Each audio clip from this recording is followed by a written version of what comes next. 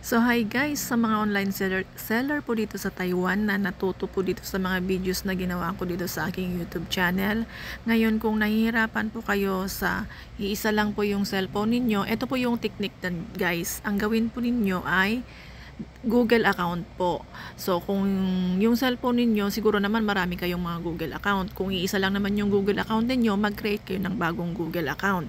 Tapos, every Google account, mag-create kayo ng carousel account ninyo. Yung isa is yung buyer ninyo and yung isa is yung seller. Then, after nyo mag-encode sa inyong seller account, mag-change kayo, i-log out ninyo yung seller account ninyo, then i-log in nyo yung Google account. Tapos, i-buy ninyo yung mga binili ninyo. Pero, mas maganda pa rin talaga dalawa yung cellphone mo para hindi ka log in, log out, ganun. Pero kung iisa lang talaga at no choice ka, Google account po yung gawin ninyo. Ganun din naman po sa ibang cellphone, hindi magkaibang Google account naman po yun. Sa cellphone naman po natin is pwede tayong gumawa ng maraming Google account.